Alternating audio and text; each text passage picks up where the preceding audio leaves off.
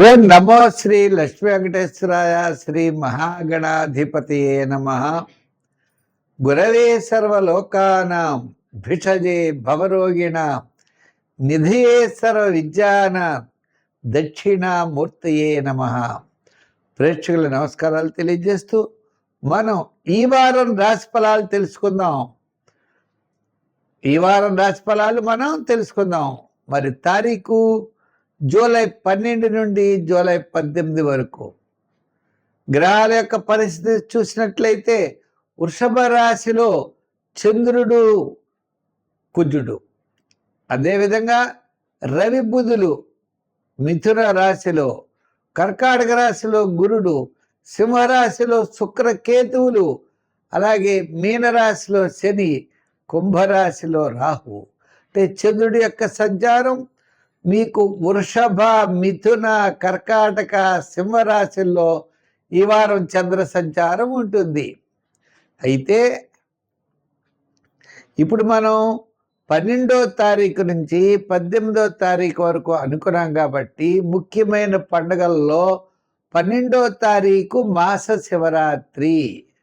ఆ రోజు తప్పనిసరిగా పగలు ఉపవాసం చేసి సాయంకాలం వేళ మరి శివ దర్శనం చేసుకుని నక్షత్రాన్ని చూసి భోజనం చేసి పగలల్లా కూడా ఉపవాసం చేయడం, శివ దర్శనం, శివాభిషేకం చాలా విశేషమైన ఫలితాన్ని ఇస్తాయి.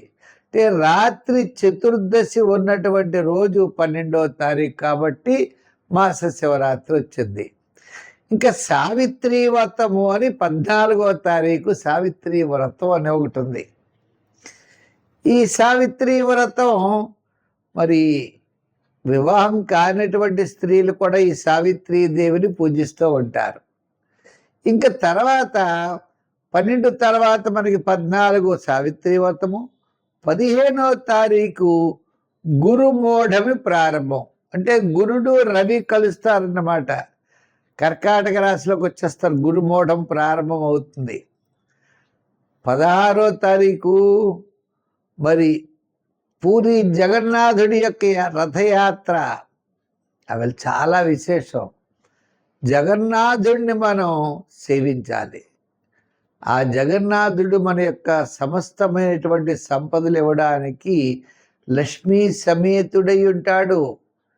అంచేతనే శ్రీమద్ భాగవతం అన్నాం. శ్రీమద్ భాగవతం, లక్ష్మీదేవితో కూడిన భాగవతం, భగవంతుడు ఉండాలి మనకి. ఇప్పుడు తిరుమల వెంకటేశ్వర స్వామి కూడా ఆయన వక్షస్థలం మీద లక్ష్మీదేవి ఉంటుందట, కౌస్తుభమణి. ఆ లక్ష్మీ సమేతుడై ఉంటాడు ఆయన. అంచేత అటువంటి ఆయన్ని మనం పూజించాలి. కాబట్టి జగన్నాథుణ్ణి, జగత్తు ప్లస్ నాథ జగన్నాథ, జగత్తుకి నాథుడు అంటే ఆయనే దైవము, అటువంటి వాడు. అదేవిధంగా మరి మనకి 17వ తారీఖున దక్షిణాయనం ప్రారంభం అవుతోందండి. ఇది చాలా ఇంపార్టెంట్ విషయం.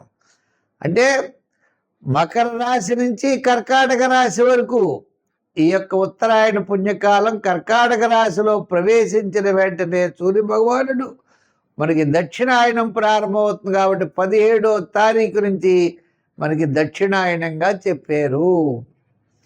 మళ్ళా ధనుర్రాశి, మకర రాశి, సంక్రాంతి వరకు ఈ కాలం అంతా కూడా ధనుర్రాశి మనం దక్షిణాయనంగా చెప్పుకోవాలి. అటువంటి విశేషం కలిగినటువంటి రోజులు. మరి ఈవేళ గ్రహాల యొక్క పరిస్థితిని అనుసరించి మనం రాశి ఫలాలు తెలుసుకుందాం. కర్కాటక రాశి. ఈ కర్కాటక రాశి వారికి రాశిలోనే మీకు గురుడు, ద్వితీయంలో శుక్రుడు. అంటే విందులు వినోదాల్లో పాల్గొనే అవకాశాలు ఉన్నాయి తప్ప మిగిలినవన్నీ కూడా అలాగే ఉన్నాయి. అంటే విద్యార్థులకి డబ్బు ఖర్చు అయ్యే సీట్లు వస్తాయి. రాజకీయ నాయకులకి పెద్ద అంతంత మాత్రంగా ఉన్నాయి. వృత్తుల వారికి, న్యాయవాదులకి, వైద్యులకి, కళారంగం వారికి కాస్త అవకాశాలు లభిస్తాయి. వ్యాపార పరంగా కూడా పెద్దగా దీర్ఘకాలిక ప్రయోజనాన్ని ఇచ్చే వ్యాపారాలు జరగవు. అంతంత మాత్రమే జరిగే వ్యాపారాలు ఉన్నాయి. ఏదైనా కుటుంబపరమైన సమస్యలు, ఆర్థికపరమైన సమస్యలు ఉంటాయి. కుటుంబంలో వాళ్ళు కాస్త ఒత్తిడి చేస్తారు ఆర్థిక వ్యవహారాల గురించి. మీరు కంగారు పడకూడదు, నిదానంగా ఉండి తర్వాత తెలుస్తారులే, ఇప్పుడు ప్రస్తుతం కాదని మెల్లిగా వాయిదా వేయడం మంచిది. ఆర్థికపరమైనటువంటి వ్యవహారాలు, క్రయ విక్రయాదులు ఆలస్యమవుతాయి. వివాహ, ఉద్యోగ, నూతనమైన ప్రయత్నాలు కూడా కాస్త ఆలస్యం అవడానికి అవకాశాలు ఉన్నాయి.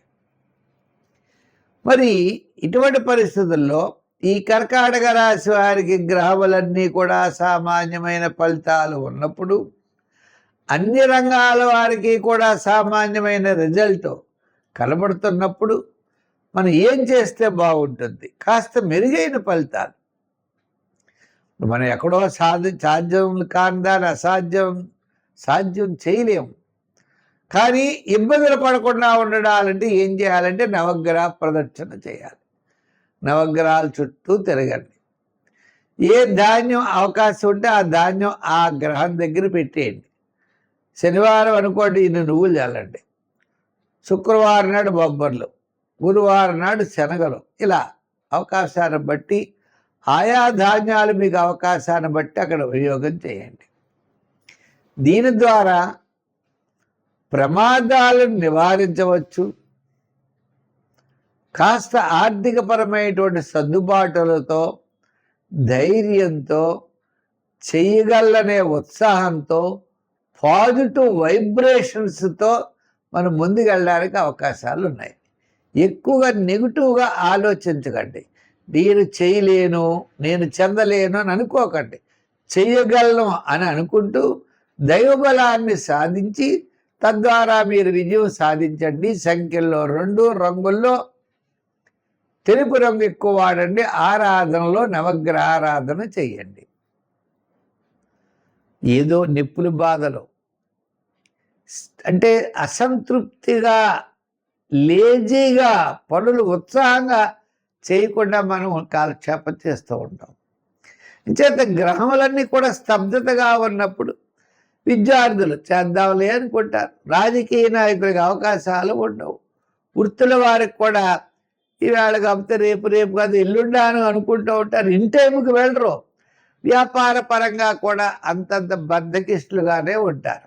అంటే మొత్తం మీద అంటే ఎందు గురించి ఇలా చెప్పాల్సి వచ్చిందంటే ఈ రాశి వారికి, ధనుర్రాశి వారికి ప్రస్తుతం అనుకూలమైన పరిస్థితులు ఎక్కడా కనపట్టలేదు.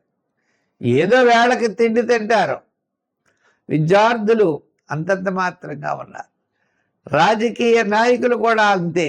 అయితే మరి ఇటువంటి పరిస్థితుల్లో ఈ రాశి వారు మనం ఏం చేయాలి? గ్రహములు సామాన్యంగా ఉన్నప్పుడు నెగిటివ్గా మనం ఆలోచించకూడదు, పాజిటివ్గా ఆలోచించాలి. నేను చేయగలను అనే విల్ పవర్, ధైర్యం, మానసికమైన ఉత్సాహంతో ముందుకు వెళ్ళాలి. శ్రమ అయితే అవుతుంది, శ్రమలోనే ఆనందాన్ని పొందాలి. శ్రమాన్ని భయపడితే ఎలాగా? శ్రమలోనే ఆనందం. ప్రవాహానికి ఎదురు ఎదాలి, విజయం సాధించాలి. దీనికి నవగ్రహ ప్రదక్షిణ చెయ్యండి, నవగ్రహారాధన చెయ్యండి, శనికి నూనె పొయ్యండి, తైలాభిషేకాలు చెయ్యండి. సంఖ్యల్లో మీరు ఎక్కువగా 3 వాడండి, రంగుల్లో తెలుపు వాడండి. మంచి ఫలితాలు పొందగలరు.